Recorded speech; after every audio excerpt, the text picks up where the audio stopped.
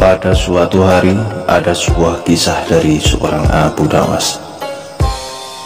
Sudah bertahun-tahun Baginda Raja Harun Ar-Rasyid ingin mengalahkan seorang Abu Nawas.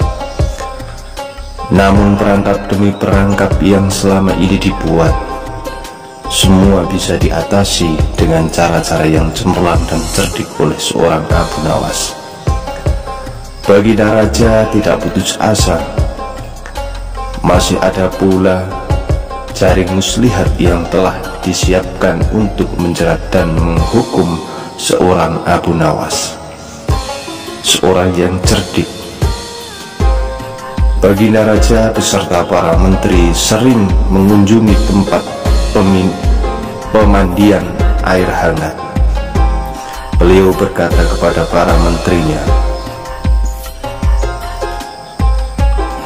"Aku punya akal untuk menjebak seorang Abu Nawas yang cerdik itu," kata Baginda Raja dengan wajah yang ceria. "Apakah itu, wahai Paduka yang mulia?" tanya salah seorang menterinya. "Kalian tak usah tahu dulu. Aku hanya ingin kalian datang lebih dini besok sore. Tolong jangan lupa pesan saya. Datanglah besok sebelum Abu Nawas datang, karena aku akan mengundang untuk mandi bersama-sama kalian," kata Baginda Raja memberi pengarahan kepada menteri-menterinya. Baginda Raja memang sengaja tidak menyebutkan tipuan yang akan digelar besok. Abu Nawas diundang untuk mandi bersama Baginda Raja dan para menteri di pemandian air hangat yang terkenal itu. Yang telah direncanakan, Baginda Raja dan para menteri sudah datang lebih dahulu. Baginda membawa 19 butir telur ayam. 18 butir dibagikan kepada para menterinya, 1 butir untuk dirinya sendiri. Kemudian Baginda memberi pengarahan singkat tentang apa yang telah direncanakan untuk menjebak seorang Abu Nawas. Ketika Abu Nawas datang, Baginda Raja beserta para menterinya sudah berendam di kolam. Abu Nawas pun melepas pakaian dan langsung ikut berendam. Abu Nawas berharap-harap cemas. Kira-kira permainan apa lagi yang akan dihadapinya? Para permainan kali ini lebih berat karena Baginda Raja tidak memberi waktu untuk berpikir.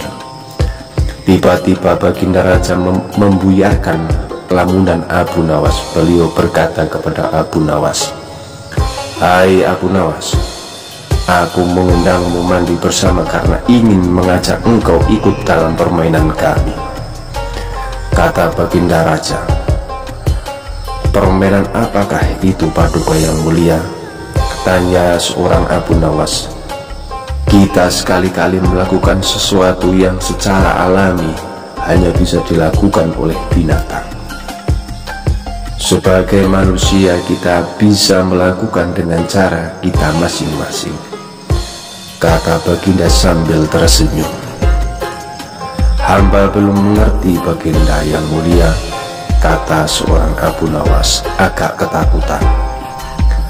"Masing-masing dari kita harus bisa bertelur seperti ayam, dan barang siapa yang tidak bisa bertelur maka ia harus dihukum," kata Baginda Raja. Abu Nawas tidak berkata apa-apa. Wajahnya nampak murung. Ia semakin yakin dirinya tak akan bisa lolos dari lubang jebakan Baginda dengan mudahnya. Melihat wajah Abu Nawas murung, wajah Baginda Raja semakin berseri-seri. "Nah, sekarang apalagi yang kita tunggu? Kita menyelam lalu naik ke atas sambil menunjukkan telur kita masing-masing," perintah Baginda Raja. Baginda Raja dan para menterinya mulai menyelam, kemudian naik ke atas satu persatu dengan membawa sebutir telur ayam. Abu Nawas masih di dalam kolam. Ia tentu saja tidak sempat mempersiapkan telur karena ia memang tidak tahu kalau ia diharuskan bertelur seperti ayam. Ini Abu Nawas tahu kalau baginda raja dan para menterinya telah mempersiapkan telur masing-masing satu butir. Karena belum ada seorang manusia pun yang bisa bertelur, dan tidak akan pernah ada yang bisa bertelur. Karena dada yang mulia terasa sesak, Abu Nawas cepat-cepat muncul ke mukaran, kemudian naik ke atas. Baginda raja langsung mendekati Abu Nawas. "Hai Abu Nawas, nampak tenang. Bahkan ia berlaku aneh. Tiba-tiba saja ia mengeluarkan suara seperti ayam jantan berkokok dengan keras sekali, sehingga baginda dan para menterinya merasa heran. Ampun tuanku yang mulia, hamba tidak bisa bertelur seperti baginda dan para menterinya,"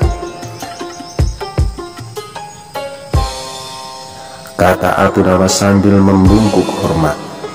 "Kalau begitu engkau harus dihukum," kata baginda raja.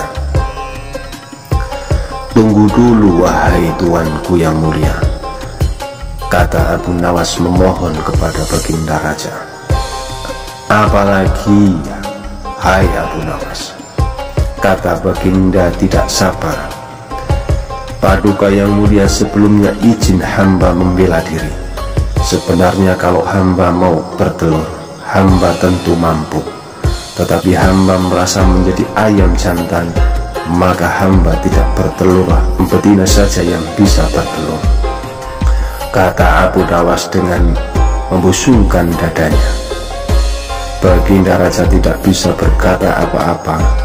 Wajah baginda dan para menterinya yang semula ceria penuh kemenangan kini mendadak berubah menjadi merah padam karena malu, sebab mereka dianggap ayam betina. Abu Nawas memang cerdik.